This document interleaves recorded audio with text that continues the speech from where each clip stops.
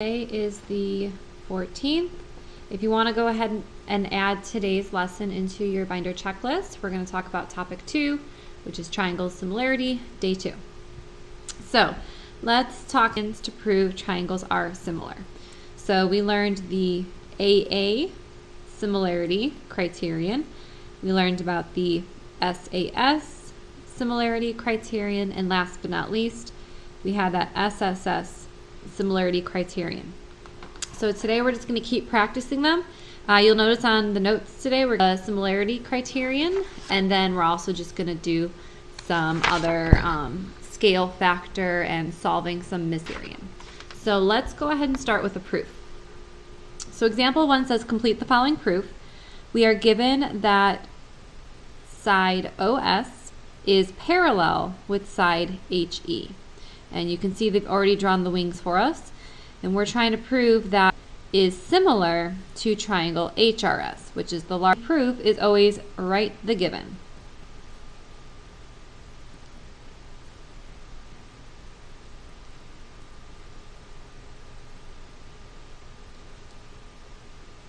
Now, the goal is to prove these triangles are similar, these criterions. Excuse me. So if you notice, you're not given SAS similarity. It's also going to eliminate the SSS. We're definitely going to use the AA similarity.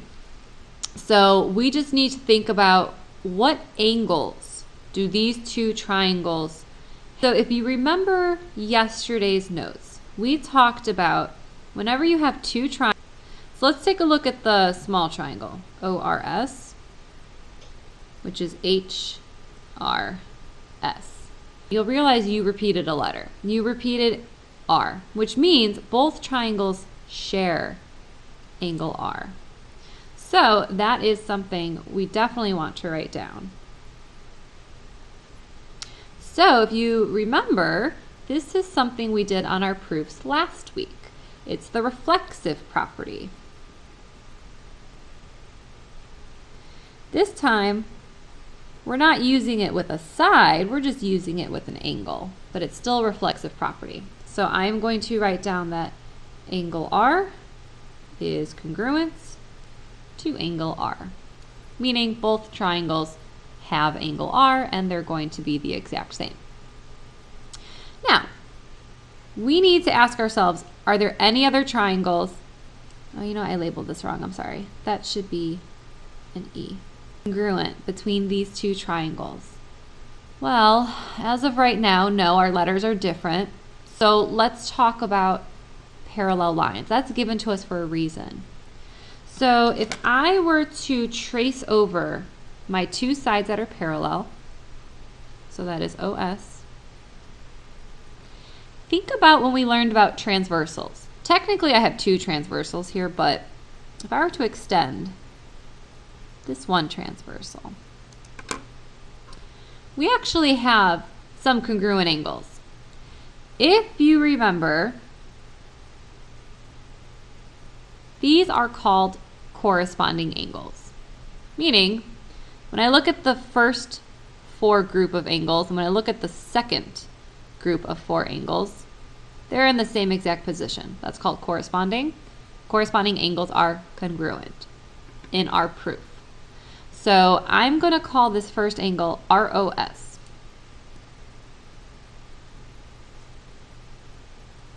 And I'm going to call my second angle RHE.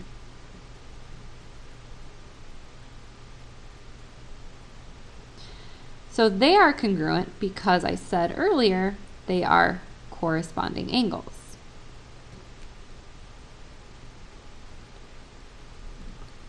So we did this last week, but last week we really focused on alternate interior angles. Here I'm actually just focusing on corresponding angles. Corresponding angles are always congruent. So I can actually label that as well in my 2 separate triangles here. And you know what, I'm going to actually make sure everything matches. So I'll put a single arc on R like my 2 triangles, and I'll put a double arc. So now, when you look at either of the groups of pictures, you'll notice we now have the AA similarity. I have 2 pairs of angles that are congruent. So that is enough for me to prove triangle ORS is similar to triangle HRS. Oh, you know what? That's a typo. No wonder I labeled it incorrectly. I'm sorry, guys. Change that to HRE. That wouldn't make sense if it was HRS. So we are now proving triangle ORS is similar to triangle HRE. And that is using the AA similarity criterion. So let's just do one more proof just to kind of get the hang of it. Remember, your proof has to have at least 3 steps. So this one, we just had 2 steps in the middle. Okay, so I'm going to flip to the back. Okay. Same idea here.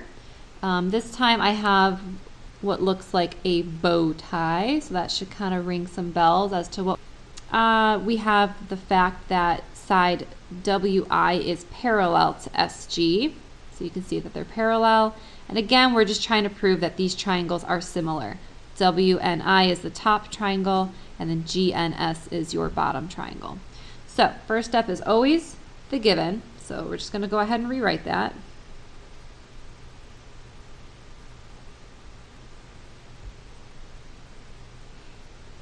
And again, if we're trying to prove these triangles are similar, we want to use either the AA similarity, the SAS similarity, or the SSS similarity. But again, I'm not given any side lengths, so I'm going to eliminate the SAS and the SSS.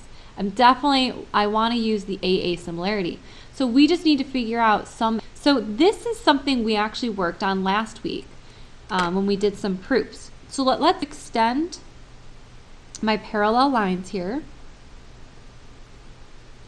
And again, I have technically 2 transversals. I'm one of them. Let's say I pick this transversal here. This is what we practiced last week. We actually have some alternate interior angles here. This angle W and this angle G, those are alternate interior angles. If I were to draw this picture without the triangles, but just the parallel lines and the transversal, you can clearly see where those alternate interior angles are. So we can write down that those angles are going to be congruent to each other. So I'm actually just going to call this angle W, and I'm going to call this angle G, because technically there are not any more. So we'll say angle W is congruent with angle G. That is because they are alternates, interior angles, and alternate interior angles are always congruent.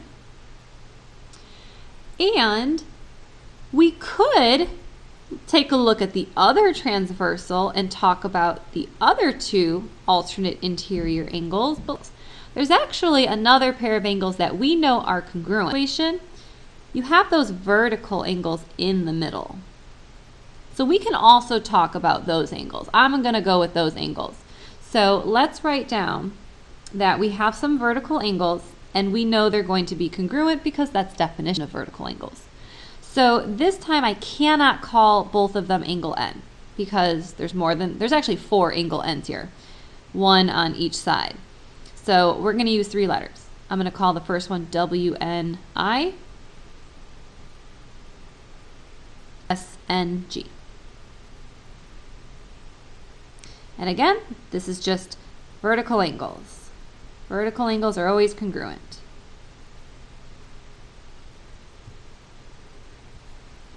Now, when I look at my 2 triangles, I have enough information that satisfies the angle-angle similarity criterion, so I can just go ahead and jump to my proof. So triangle WNI is similar to triangle GNS because of the AA similarity criterion. So I will have you guys practice some of these on your homework tonight.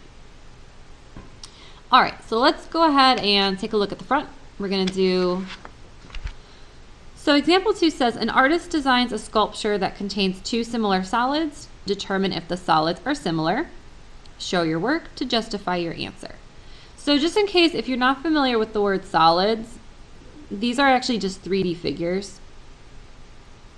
So imagine that you actually have an artist creating a 3D figure. So they're basically just triangular prisms that are just standing upwards similar to each other. So remember, in order to figure out if they're similar, we have to use one of those criterion, either AA, SAS. That you're not given any angles here. So let's eliminate the ones with angles, but definitely use the SSS. Now this 66 inches is going to be the same as the length of this bottom for the top triangle here. Because remember, this is like a 3D figure, that width is not going to change. Same thing with this 22 inches. We can just carry it up to the bottom of this triangle. So I have my 2 triangles. I have 3 pairs of sides. We did this yesterday. In order to figure out if it satisfies the SSS similarity, we need to find scale factor.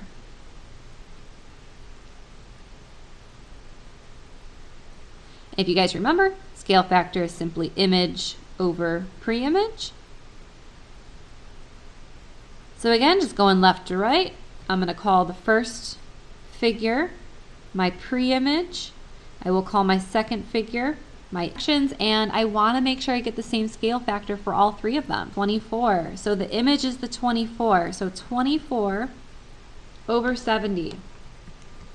So if you would like to make that a simplified fraction, oh, hold on, I typed that in wrong, my calculator. If you would like to make that a simplified fraction, you can really only take out a 2, which is 12 over 35. You can't reduce it any more than that. But I just typed it into my calculator. If you wanted to make it a decimal, it's going to be about 0.34. So I just want to make sure all my other scale factors give me these numbers. If not, then these figures are not going to be similar. So let's now do 75 and 25. So 25 will go on top, 75 will go on the bottom. So when I divide that, you can actually take out 25 from each of these and you're left with 1/3. Or if you made it a fraction, a decimal, it's 0.33 repeating. Right away, you are not getting the same scale factor. I know they're close, but they're not the same. They have to be the exact same. So we can actually stop here and we can just say no. The solids are not similar. And if you want to go into a little bit more detail, you can just say because the sides are not proportional.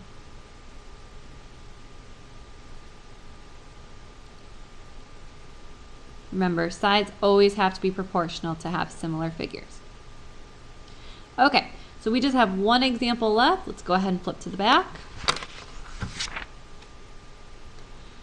All right, so a surveyor measures the width of a river for a future bridge. So the wavy lines are your river, and he's using triangles to measure the width. So this is actually the width of the river, this segment right here.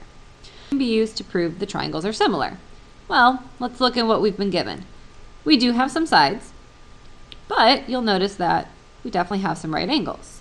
So we have one pair of congruent right angles. Now, if you think about this, it's another one of those bow tie situations. So you also know that there's some congruent vertical angles. So we'd have another pair of congruent vertical angles. So if we're thinking about those 3 criterions, the easiest one to go with is just the AA similarity.